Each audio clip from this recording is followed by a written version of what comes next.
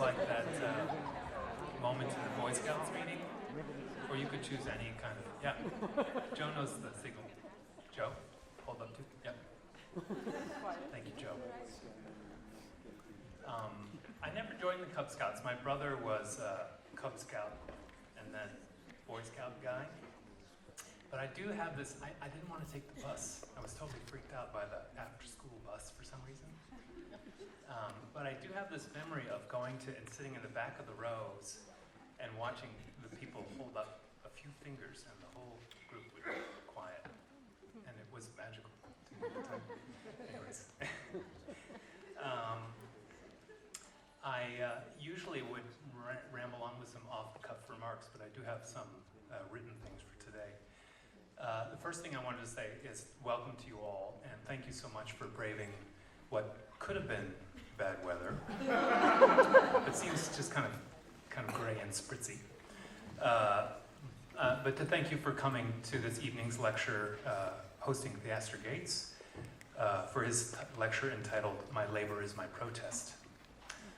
For those of you who don't know me, I'm David East. I'm an artist and educator and the chair of ceramics here at the Maryland Institute College of Art. Oh, you guys are so And I want to, the thank yous are the things that I'm sort of responsible for, so I'll do those first.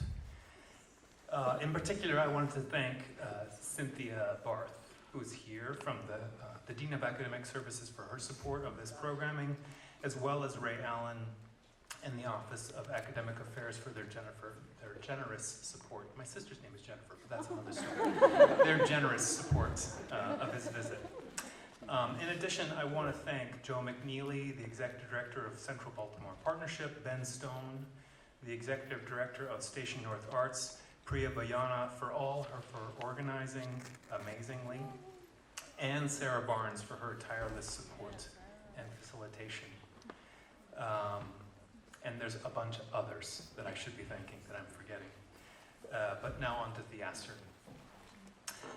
Recently a Loeb Fellow at the Harvard Graduate School of Design, Theaster Gates has received awards from the Joyce Foundation, Dryhouse, Artadia, and the Graham Foundation.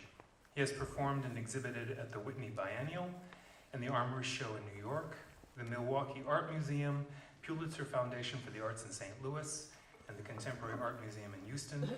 Gates is currently showing at the Los Angeles Museum of Contemporary Art and has upcoming exhibitions at the Seattle Art Museum, European venues, was recently chosen as the 2012 commissioned artist, for the Armory Show. He is the Director of Arts Programming, resident artist, and lecturer at the University of Chicago, and was recently named the Director of Arts and Public Life at the university. I can say that I just had the pleasure of meeting Theaster today at lunch, although it was a bit brief because I needed to meet with a student, which is a good thing to do. Both the brief lunch and the student meeting. But I first came across Theaster's work actually, I think maybe 2.5 years ago, when I was actually doing research on a 19th century master craftsman named David Drake, who's sort of better known as Dave Potter. And I think one of the things that was really sort of wonderful about that happenstance was finding Theaster's work through Dave was all of the things that I came to then imagine for MICA and Baltimore Clay Works and my ceramics program and the students' work here and all sorts of different things. And the things that I would say about Theaster's work is that I continue to be struck, I think first and foremost by its candidness, its honesty, and its investment in a word that is a tricky word to sort of deal with, which is the word of belief. As a maker, I think that one of the things that I'm really drawn to in Theaster's work is the way in which it celebrates the object, but also celebrates the site of making. And I mean that in the most broadest sense. Theaster's work asks that art be reconsidered as a catalyst and an agent for change, both private and public. I'm very pleased to welcome Theaster Gates.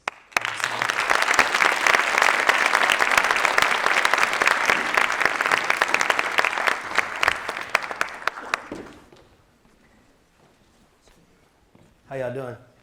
Good, how are you? Good, it's good to be here.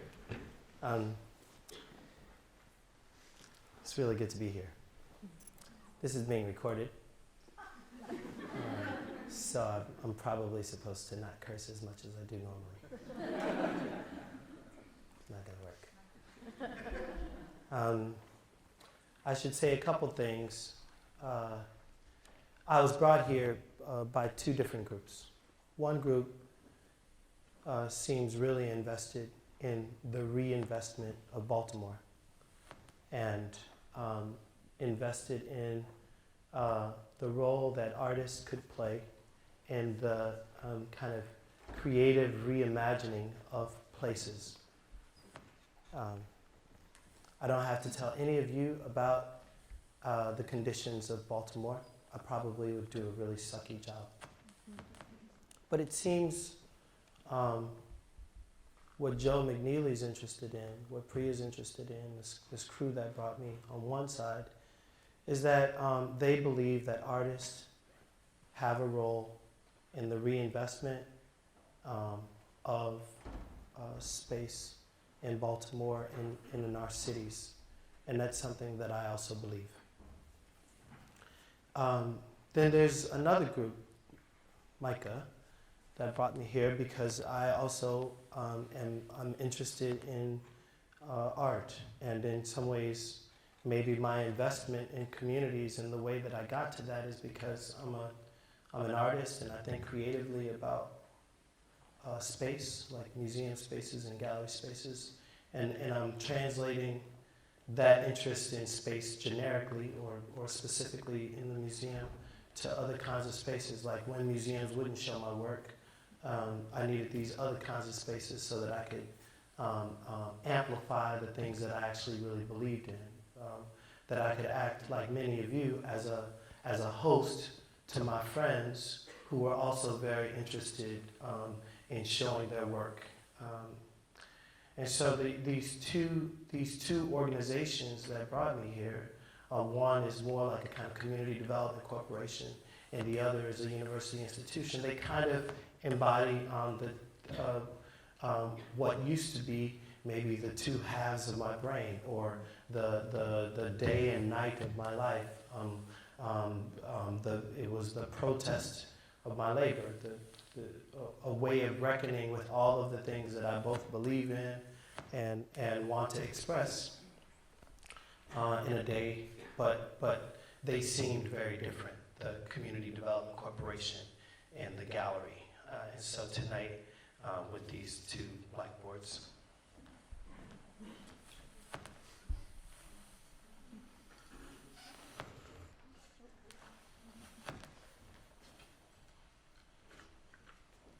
I'm gonna try to talk about parts of myself. They tried to take my daddy's building under eminent domain. Did I spell Baltimore right? They tried to take my daddy's building under eminent domain. Wanted to build a Walgreens. Now, isn't that a shame? They tried to take my daddy's building under eminent domain. Tried to take his building under eminent domain. Wanted to build a Walgreens. Now, isn't that a shame?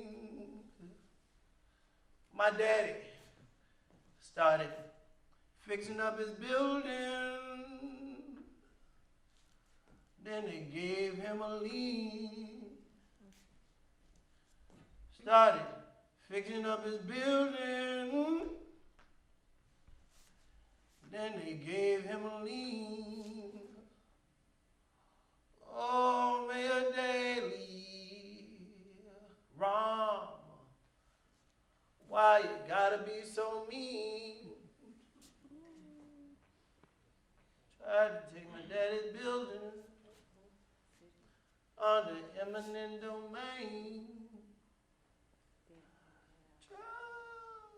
lay a building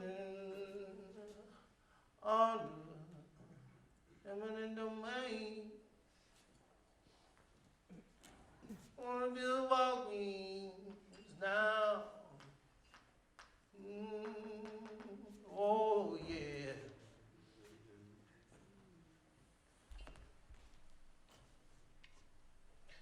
I was born with clay in my veins. I was born with clay in my veins. No blood, no need for blood. I was born clay in my veins. I was born clay in my veins. Hey.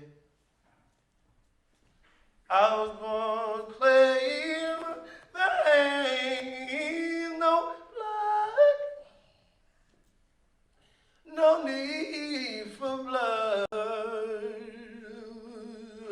Born with clay in my veins.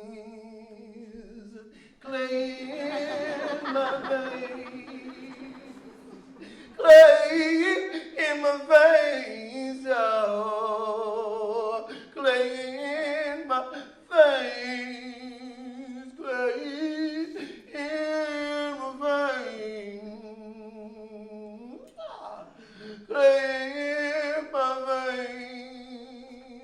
Clay in my veins. Clay in my veins.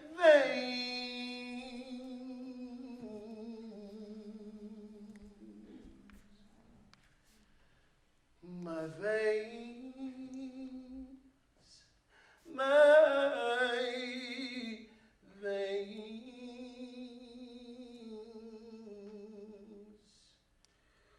my veins, my veins, my veins.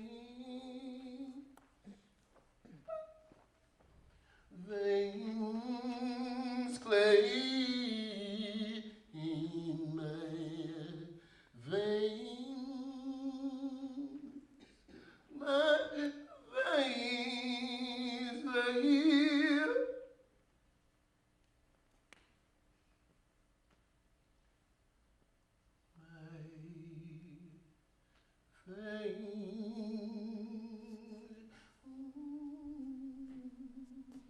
Clay in my veins, y'all. Clay in my veins, clay in my veins. Ooh, clay in my veins.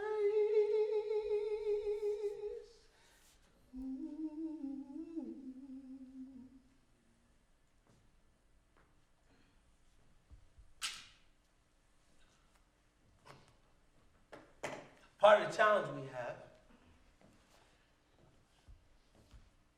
is that there are just so many abandoned buildings. There are just so many. It seems insurmountable.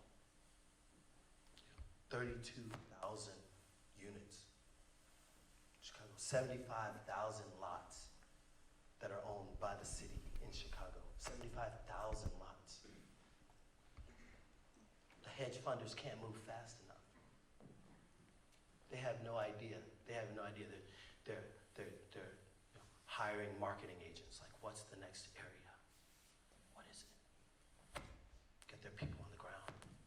They're inventing organizations, trying to like kickstart redevelopment, reinvestment. So many empty buildings.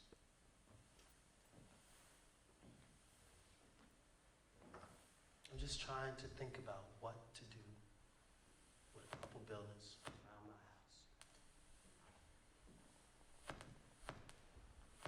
That's what we think about. Where can I show art? I just want to show my little paintings, impress a couple of ladies. No. Bootstrapping. That I thought tonight would be partly about trying to help you guys understand how I move between these two worlds, but it's actually really not that hard. I'm an artist, therefore I need space. Cities are inequipped to think about the bigness, the vastness of my need. So I have to build it myself. Developers are not equipped to build for your need. Policy does not allow half the things that we really have interest in to happen in the buildings that we live in.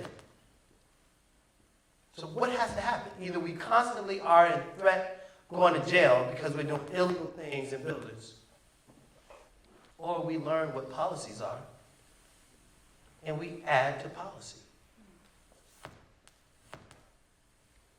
We figure out how many of those buildings it takes to become our own planned unit development, our own special use zone. But it's like, now I got to be an artist and a policymaker. Not damn. At what point are these different communities that are shaping our cities going to listen to us? That was my position 10 years ago. When is my alderman going to value what I bring to her ward? When is the city going to make more money available to the needs of artists? When is the philanthropic community going to become more generous, support individual artists?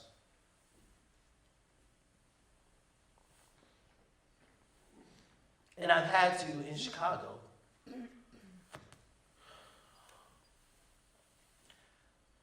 move in the world as if none of them had any interest in me. Because for so long they didn't. And it required that I adapt these like guerrilla politics. That I take everything that I know, everything that I'm invested in, and try to move them toward the things that I believe in. Everything that I have invested goes toward this thing. How can I create a pottery studio? I had to stop making pots because I couldn't afford the kiln prices, the shelf space, the studio space, plus my rent. Y'all know what I'm saying? That I'm just out of school, I got a little job, and then my studio is on one side of town and I live on the other side of town.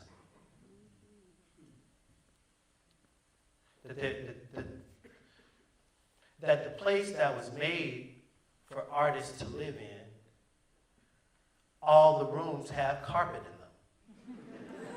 them. Because the person who got the funds to restore the historically significant building is more interested in preserving the building that they got so that 15 years from now, when their grant runs out, they'll still have a beautiful building, but they haven't really thought about the real needs of artists. So I stopped asking them. And that didn't work. And then I just tried, I kept, just kept trying.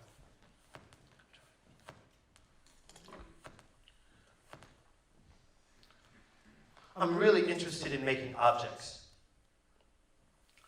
But I'm also interested in how people shape me. How I become different as a result of my engagement with other people. And if I play it close enough to the edge, like almost falling, maybe my relationship with folk will tease out something really special that being interested in objects alone couldn't do.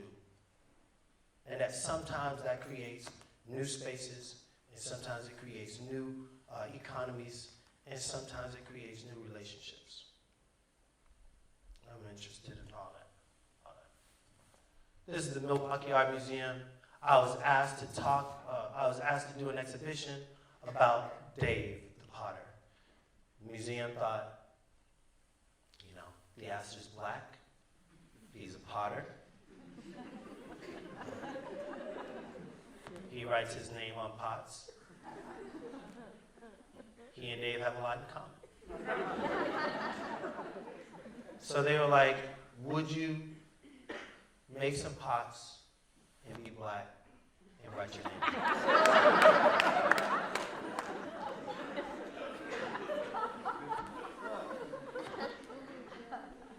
It's really simple shit. And I said no.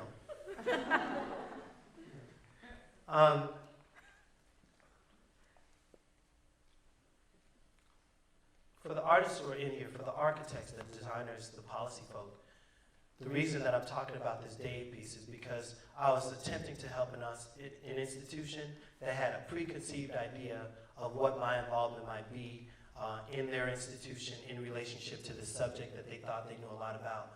Reimagine what could be done. So I said, look, yeah, Dave was black, true. Yep, he was a laborer. He was a slave, owned by a family. How about in Milwaukee, in Wisconsin, let's think about craft laborers who work for a family, Kohler Manufacturing Company. Big-bellied white man. And it became really clear, I've talked about this a little bit, that I think that those brothers, those white brothers at Kohler, 4th, 5th generation German descendants, because Kohler went to Germany, brought them over on a ship, that maybe they had more in common with Dave than I did. I'm the black middle class. I make pots for fun, right?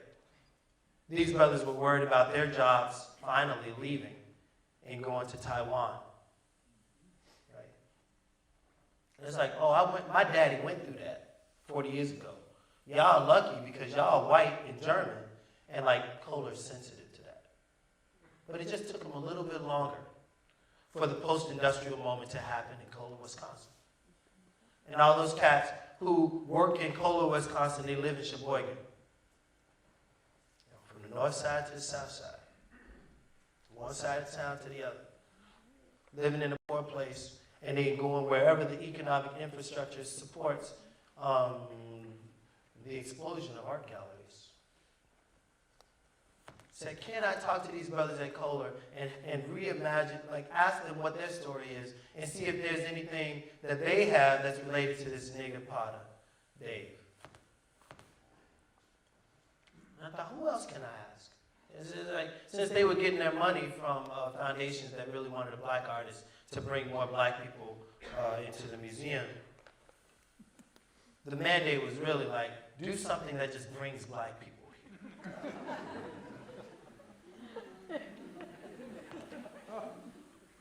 And it worked. So I asked him if I could build a gospel choir.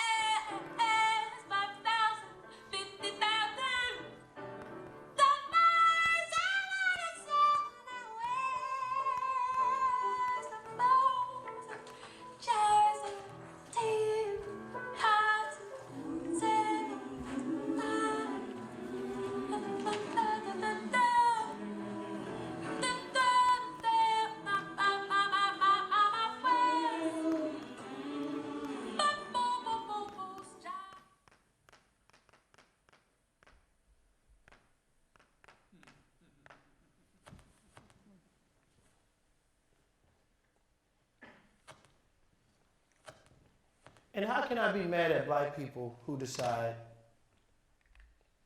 I've grown up in this neighborhood, there's nothing happening here, the schools suck, I don't want my kids to live like this, I'm the first generation to go to college, I'm not staying in this neighborhood. It's one generation. Another generation. This is an opportunity. These young white people want to buy this property. My parents paid $20,000 for it. I could cash out at $380. Why would I stay here? I could take that $380 and spend $250 in the suburbs, have a nice little apartment, family would be good, we'll be around a bunch of white people. $120,000 in the bank. How can I be mad at black people who want to create economic opportunities, education opportunities for their kids? Can't. So they sell. Y'all call it gentrification. I say some people have the right to be like, you know what, I can't take this shit. And there's not enough of a galvanizing effort at Cornerstone Missionary Baptist Church because there's so many abandoned buildings. And I'm not a developer, property owner. I'm not a visionary. I want my kids today to have a good middle school experience. And if today I can move to the suburbs and make that happen, I'm going to do it. Right. And they sell. They sell to John Hopkins. They wait. And then they sell. They wait. Wait, don't tell me sell. Where my child? Lord Jesus. Help me, Lord.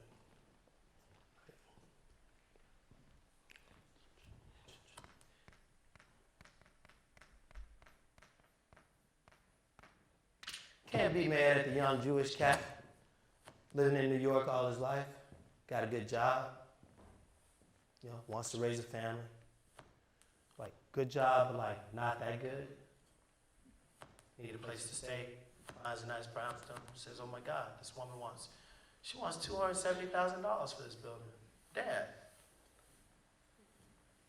I'd pay $1 million for this building in Harlem.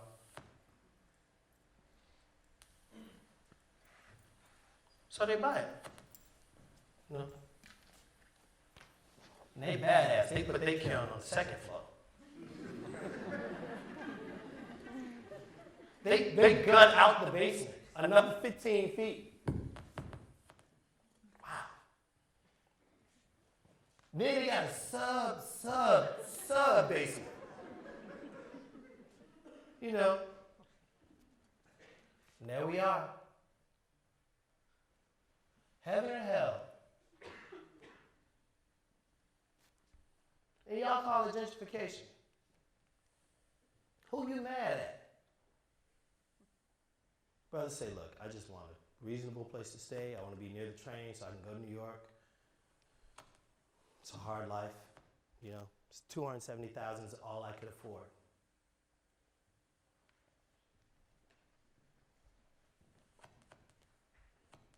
$130,000 was all I could afford. So I bought the building, moved in. 3 years later, the market dropped. The building next door, this building. Excuse me, y'all. Hello. The building next door is available for $18,000. I buy it because my neighbors were not very nice. And they were all black. And they were 3 families of black neighbors, all being given Section 8 housing. The basement, this is the basement, y'all. This ain't no garden apartment. This is the basement. It was the basement. Things flood down here. The basement, he could get $1,200 for. First floor, he could get $1,200 for. Third floor, he get the attic. It wasn't the third floor. It was the attic. Attic, he could get $800 for. He probably bought it for $50,000. There was a loan against this building for $180,000 in '96. $320,000 2010. It's the building next door. No, 2008 when I bought it. Market tank. I bought the building for $18,000.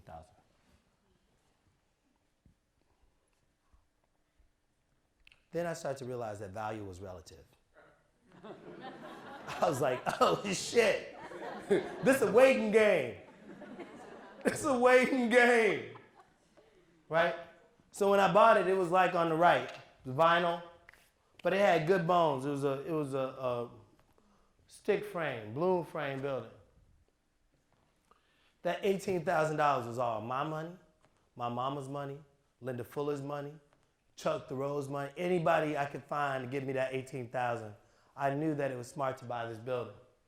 Once I bought it, another sister, Dion Jackman, gave me $10,000 and said, at least clean out the cat pee.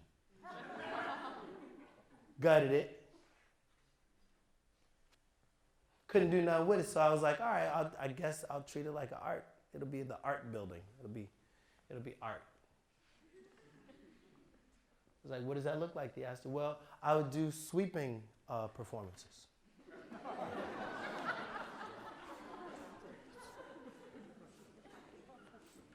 It's really good. Can I draw that? Maybe it's like sweeping.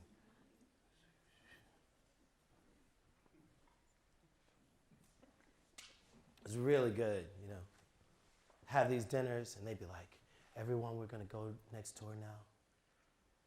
And I'd be up there. It's really sweet. You know, get it going a little bit, you know. That's all I could do for like a year and a half, you know.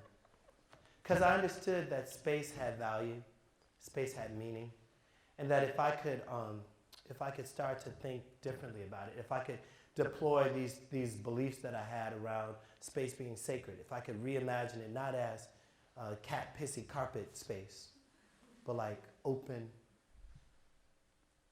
majestic space. If I could take some of the content of it and kind of like reimagine it, reframe it, rethink it, that maybe other people might think differently about this space as well. So I sold that thing, and that paid for a lot of the restoration. Sold that thing. And that allowed me to kind of start to reimagine this, not just as a one-off thing, but like as a way of kind of creating a new model of artist-inspired development that you're looking at. I think there's a pointer on here. Yeah. Went to St. Louis, did a project, and it was in bad shape. And the spiritual piece was just kind of like about just like removing layers, you know, just kind of, you know, and then maybe doing something with those layers, you know, trying to think about what do we do with these old things. I don't want it all to end up in the waste. Thinking how can I work with local institutions like universities, Pulitzer Foundation, to help me reimagine this building. So we made the building in St. Louis a kind of site for question. Right? One, because I didn't have enough money to restore it. And if we made it an education site, I could like slow it down. Be like, no, Alderman. You know, we're not intentionally moving slow. This is a learning process. Right. And you know, the cool thing about, you know, changing communities is like you can always find a bunch of white people who want to help.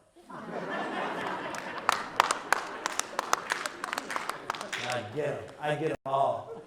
I went to Washington School of Architecture, and I was like, you know, I have this project. It's a daring and ambitious project. And they were like, we want to be partners. I did it. This is cool. Right? Over a summer, me and 13 WashU students got together with folk in this neighborhood, Hyde Park, in St. Louis, and we thought together about what this building could be. had been abandoned for like 30, 35 years. Holy Trinity School had owned it. And they were like, look, you can have it. It was like, and I'm like, this is a historic building. And they were like, yes, it is very historic. We decided that the 26 empty lots that were across the alley were not actually empty lots. That they were really kind of like this majestic, this beautiful plaza of green. And then we would open up the back of this thing, which, I mean, if you can see way up there, this was the back. Right? This is how we got it. One of the first things we did was kind of call in a structural engineer, free, white boy. Awesome. You know, black people, we call white people the devil. White people aren't the devil.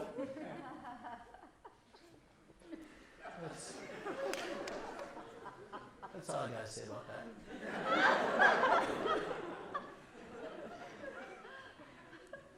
You know, and then the brothers would come around and they'd be like, yo, man, you should hire local. I'm like, yeah. When you can build this frame out the way Dave, the white boy general contractor who's volunteering this time to build it, I will pay your ass. Until then, you volunteering. And so we started a workforce training program. And now the brothers who were volunteering ain't volunteering no more. Because these things, they require a process, right? And they require real relationship and like really hard negotiations. That sometimes we have to talk flatly about race.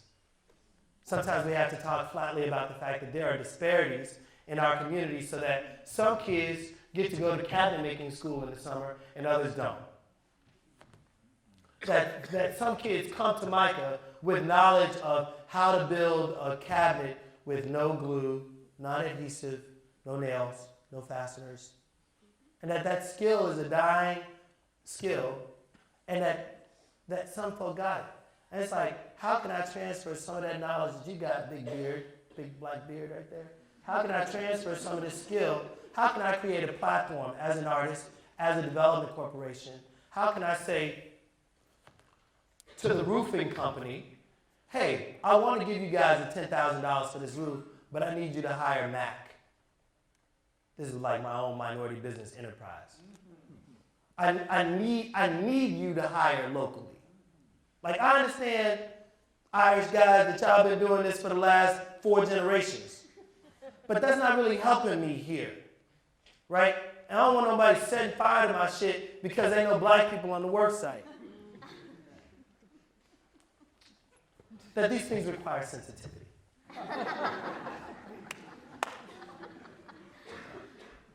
So it's really, how can we involve, young people in reimagining what their spaces look like? So I come to a place and I say, what do you think of your block? And they're like, that's really all I got to say. Because they don't feel like they have the agency. They don't have the right to do anything but walk past those abandoned buildings. That acts of transformation is something that other people do. That transformation is something that's done to you. It's not something you participate in. Being a potter was really helpful. Because it was really clay that I was like, oh, this is nothing. This is dirt.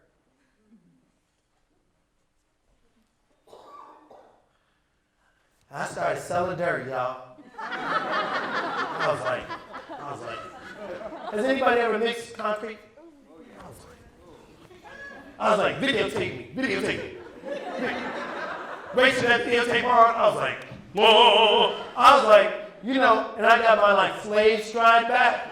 I was like, but that shit was an Old Man River. It was not Old Man River. I was like, listen.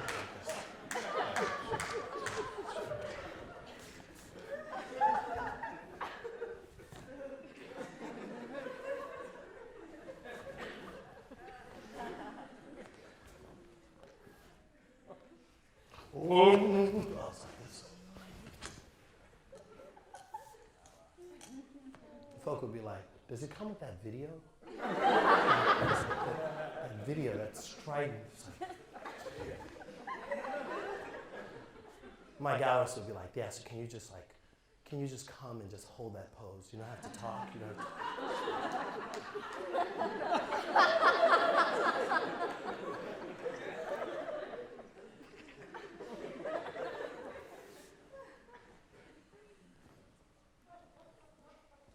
The objects were made more potent because of the narrative.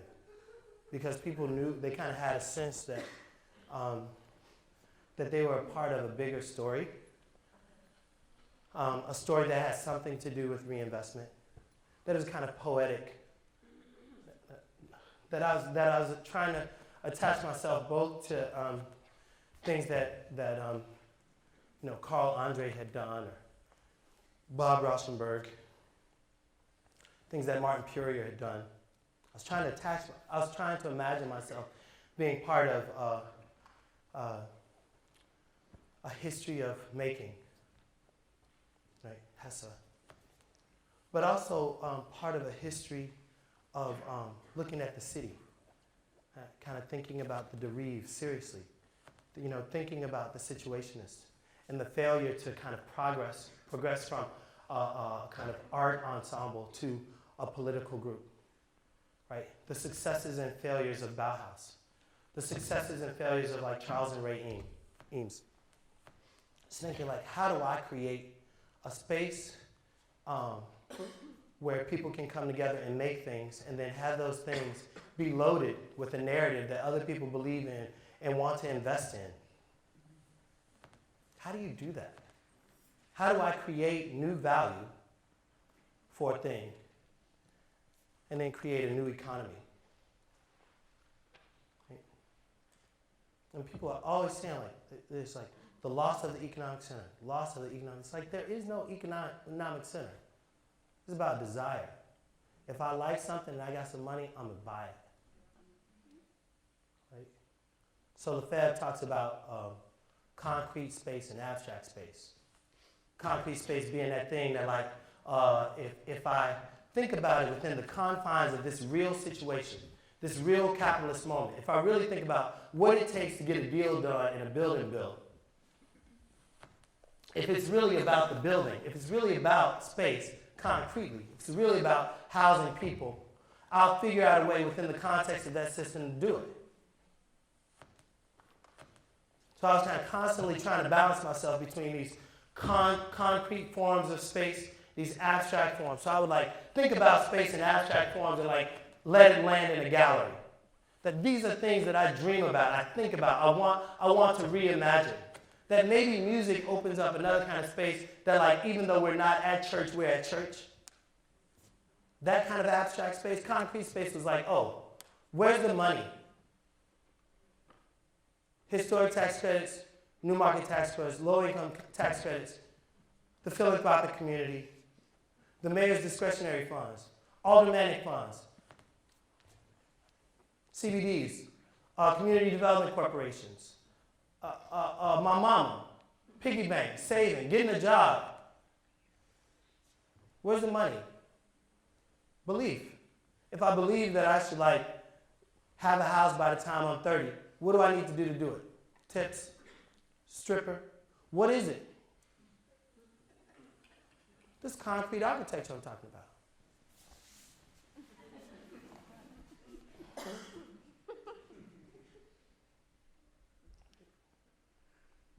Until the market spits you out. So today I make things. And I think about spaces.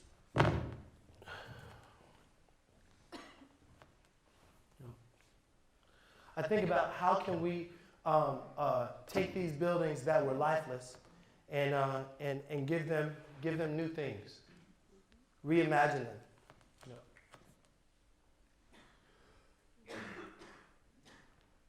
Reimagine policy so that the buildings that were just about living become other kinds of spaces. They still house things. There are 80,000 glass lantern slides from the art history department at the University of Chicago. They allow for an opportunity for people on my block to touch the history of art by digitizing things. You know? It's like, I'm like, yo, you ever heard of Picasso? They're like, no. Like, you want to learn about Picasso? No. You want a job? Yeah. Can I teach you how to scan this Picasso image? I'll do whatever. Right? That the culture piece becomes a byproduct of some other needs, like I need a job. How do you slip it in? You know, we were forced to go to the opera. I'm like, oh God. They still do that.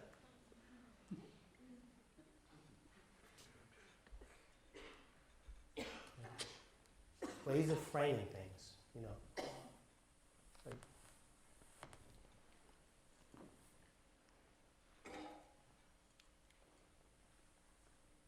so I would take parts of these buildings and like put them back into the world. You know? And when people would go, oh my God, that's so great. I love it, yes, it's great.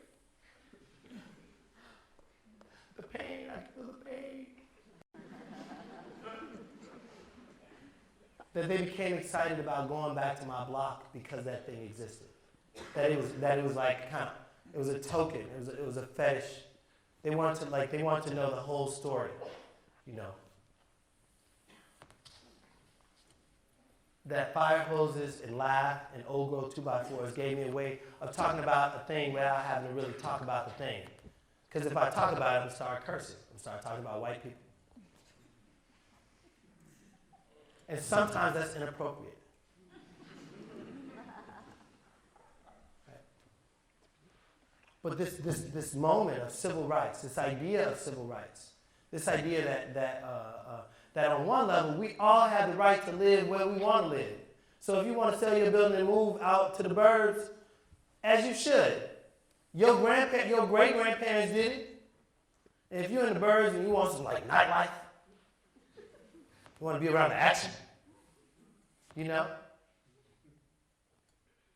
You should be able to be my next door neighbor. But I'm glad that there are organizations that kind of stand in the gap that are like, you know, this neighborhood shouldn't be all this ever.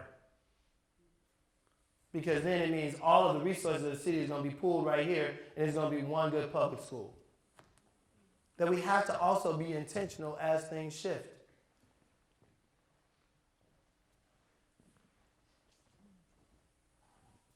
These are fire hoses, discontinued fire hoses, nothing real special, encased around, you know, parts of my building. That I wanted to figure out a way to talk about civil rights, the kind of the potency of it, and also maybe talk about the failures of it. That today, what I hear more is a bunch of old politicians talk about the good that they did with King, and they live over there. And this poverty piece still exists. I'm not talking about white folk no more. I ain't talking about Jews. What responsibility do I have as an artist? Me, by myself. Me, what responsibility do I have when I get a little bit of cash, a little bit of knowledge, kind of a sense of how the system works? What responsibility do I want to take on myself? Kind of act as an agent for engagement. If not change, maybe an agent for change. But I want to be sexy too. I want to take my fire hose, take my fire hose, take my fire hose, take my fire hose, take my fire hose. Right? Because it's complicated, y'all. I don't spend my whole day thinking like I'm some kind of revolutionary. I just want a pottery studio. And if they want to put me on the cover of a magazine and then buy all these little crazy, I'm gonna let them. Right? So, you take apart the abandoned building, you put it in a cube. Art history loves that shit. Frame it right. You sell it. You rebuild the one building. You do enough of those that you can say, Mr. Mayor, this will only work if we go to scale. Like, listen, if you don't hear anything else tonight, when you're 28 years old and you're in a room with like a really high-powered, gray-haired person, you say, this will only work if it goes to scale. And you're good. And you're good. And it's like, oh, my God, he was sharp. She was sharp. But there's simple gestures, you know? There's simple gestures.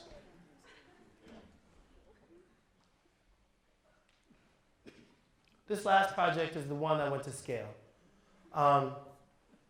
We had 6 buildings on the block. I knew that there were these 36 units around the corner that were going to get torn down because they had been abandoned. I partnered with the developer and asked, could this be a site for imagining not just low-income housing, but maybe mixed-income housing for artists? And that instead of talking so much about mixed income, we would talk a lot more about shared values. That we would go back to the CHA and say, we think that we can do something different in this neighborhood, and we know that artists are interested because around the corner, we've been doing this other thing for 4 or 5 years, and that's been going pretty well. In order to do it, we need a lot of money, you know. But if you were going to spend $2 million to tear these 36 units down, and it costs $10 million, and it could bring 30 new families here, kind of not that bad, right? But it wasn't just me as an individual artist going to my alderman and saying, man, we need space. Like, it required that I become knowledgeable about how systems work in the city, what the strategies of reinvestment and redevelopment are. It meant that I had to learn a different group of people than my peer group. And that's the part that makes it a little bit harder. That's like, we all know that artists are the first to cause change in a place. What artists haven't caught is that we could be we could reap the benefit of having catalyzed the place. And I think that's a lot of just kind of what I'm on right now. So, you know, we hired a firm. You know, I hired a firm. You know, it's like, I need an architectural firm that can help me think about a master plan for these 36 units.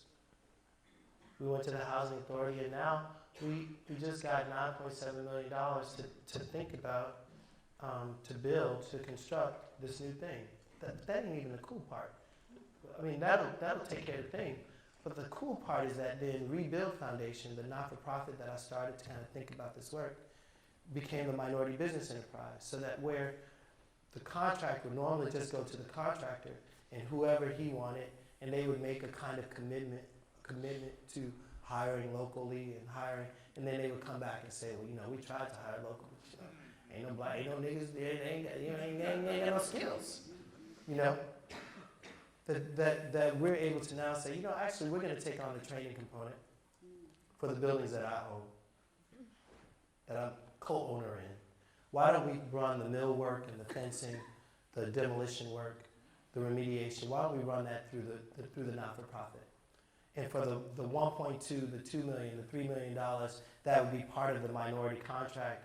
There's enough profit in that thing to actually build the kind of labor team that you need to create a new labor force. So, you know, in some ways it feels like pushing paint.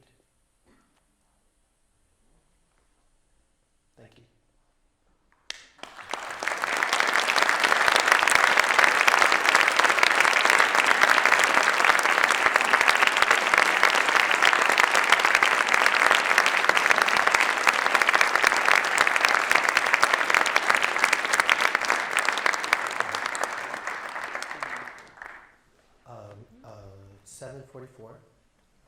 Oh, no, it's 8:03. What time is it? Shit. I'll take questions.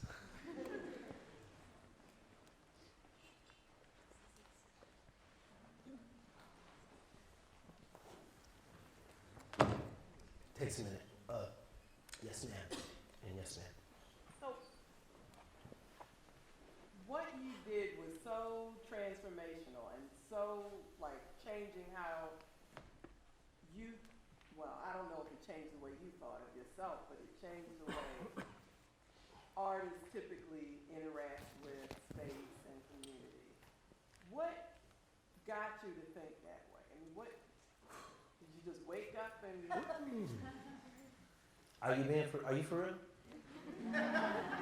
So, all right. It was going to Harvard, which is kind of messed up.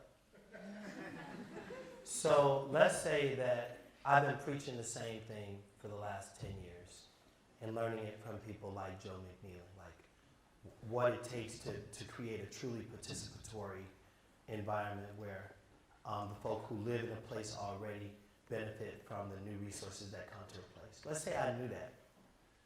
I didn't have the courage to be the leader that my neighborhood needed. I didn't feel like I had the right to be that, to have this conversation so candidly, to just say whatever was on my mind. But then this dumb thing happens where I get invited to do this fellowship at Harvard, and I meet all these other cats who have tremendous agency, who feel like the world is theirs. And they dump on me. I'm like, well, if this dummy thinks the world is his, and the world is his, and I'm smart, you ain't got to be a mathematician to figure this out. But what I realized the difference was between me and the dummy was that the dummy had the agency that I never had. And so I basically appropriated the dummy's agency, which felt like a spiritual act. I was like, oh, I could be like that. And I think the only thing that shifted was I imagined that I was the person responsible for the things that I want to see. Where before that, I was just mad at everybody who wasn't doing the things that needed to be done. Yeah.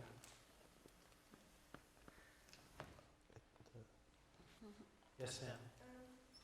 In your experience in Chicago and from what you know about Baltimore,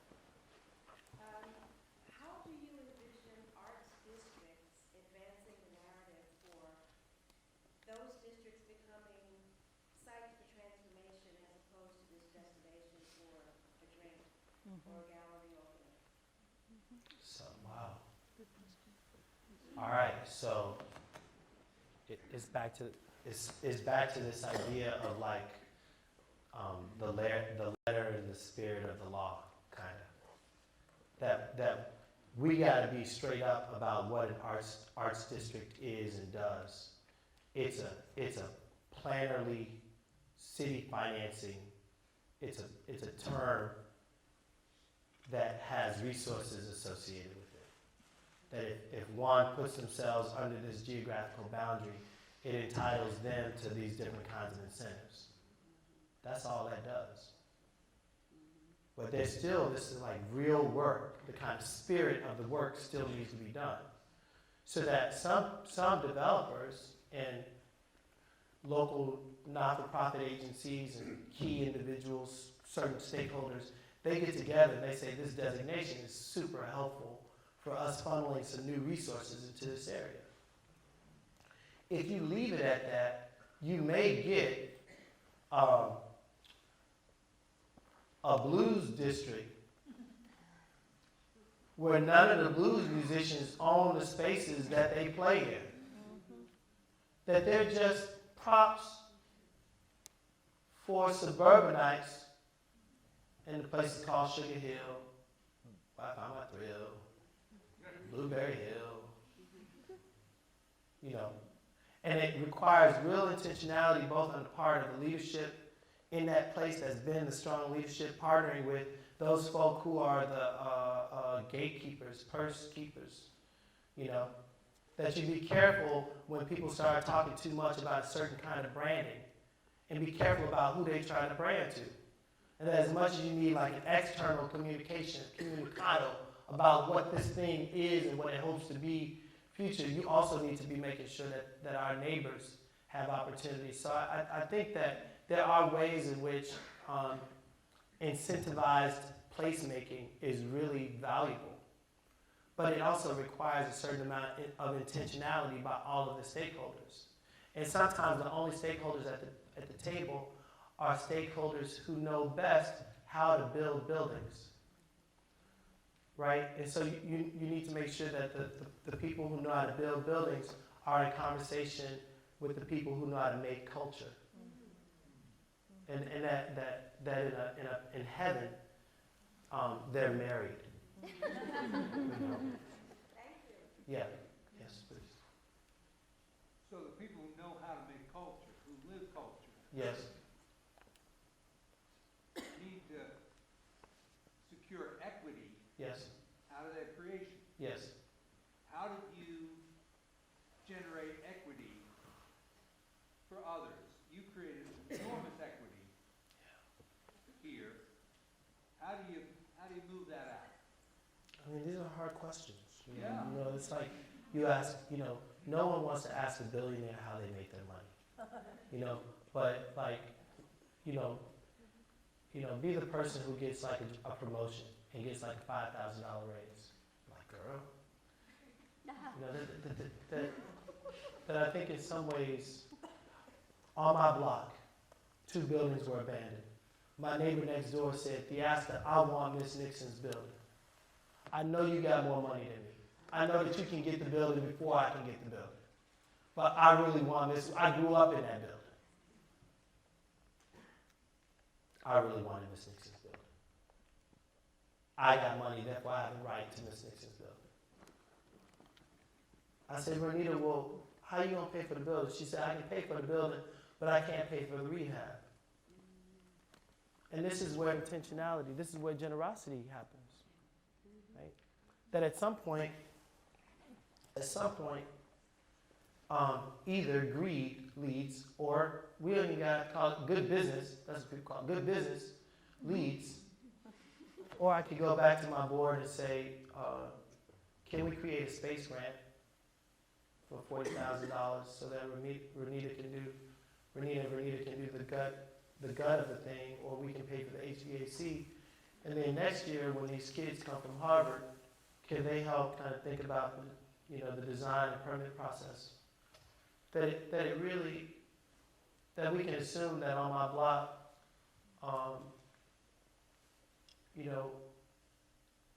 if I'm not intentional about sharing and about generosity, then my neighbors won't like me.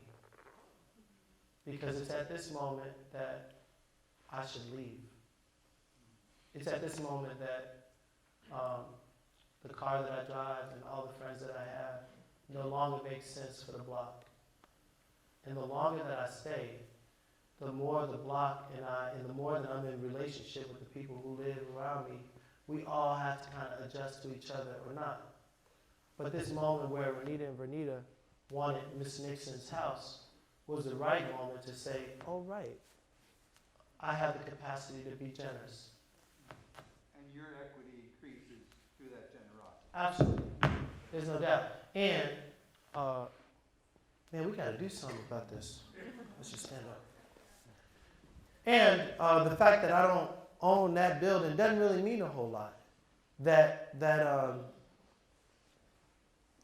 It either means that Carmen, the little one, the granddaughter, will have a crib that she can decide one day to sell to the gentry.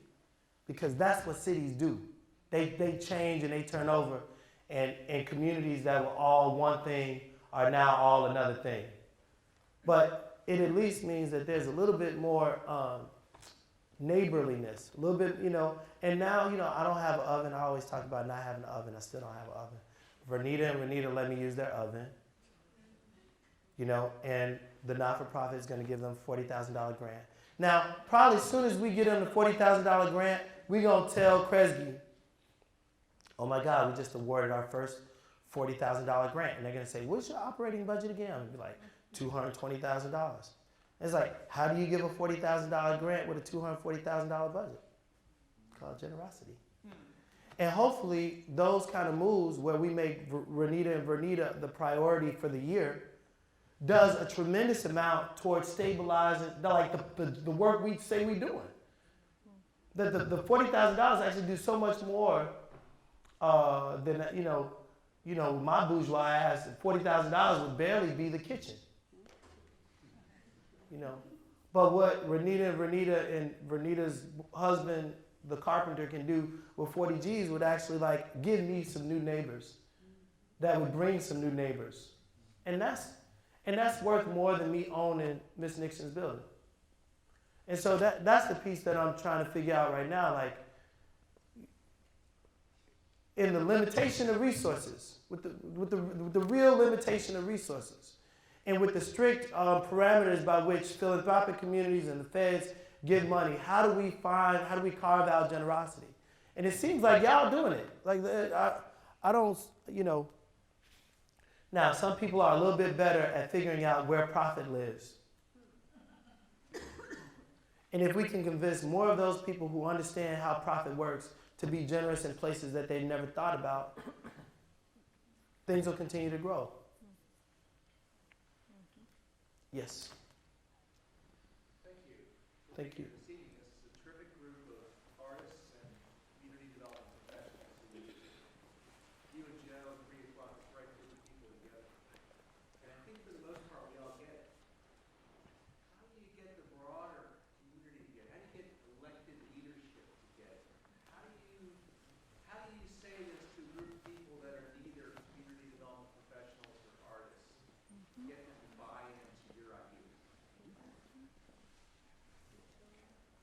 Don't know.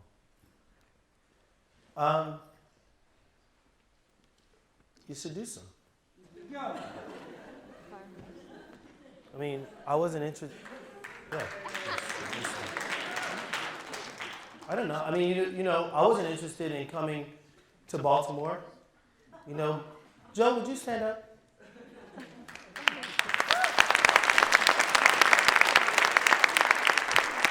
Joe's extremely seductive. And Joe said that if his people were ever mentioned in the newspaper, his organizing people, he would fire them because it wasn't about them. And I guess he'd have to fire himself because I just put you on the front page.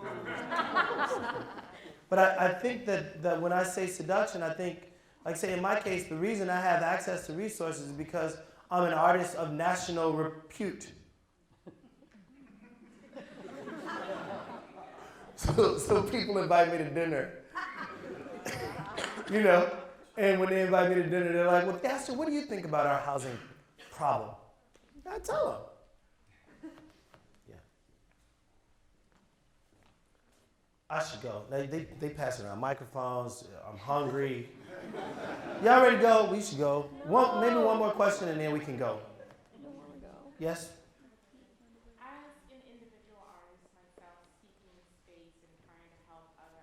Yes. Yes. How do we convince Yes. people who are trying to redevelop that we may not have cash money on hand, Yes. but we can activate the space in an actual arts district? Yes. How do we get the development people Yes. to say you are our resource? Yes. And how do we convince our landlord that we're not a tenant, we're an activator? Yes. Charlie, where's Charlie? Charlie, can you stand up? And I think I see Mike back there. Mike, would you just stand up real briefly? And William Backstrom. Where's William? Oh. Hey guys. Right. So I met these guys back here, who one represents a community development corporation, one is a family genius that has some land, and the other is a banker. I think that triune, I didn't mean to do it. I didn't know they were all handsome white guys. But I think that you should say hi to them.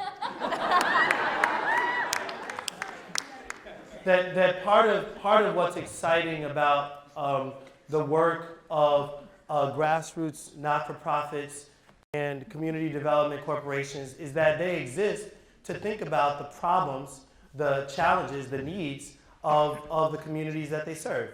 The challenge is that sometimes we don't know who those people are, so that we can kind of articulate the thing that we need most, so that they translate that into the built environment, into new kinds of funding opportunities and revenue streams and venture small risk grants that allow us to do more of the good stuff that we do. So for all of you who are interested in that, you should talk to those 3 guys back there. They're the 3 that I've met in the 5 hours I've been here. Thank you all for coming out.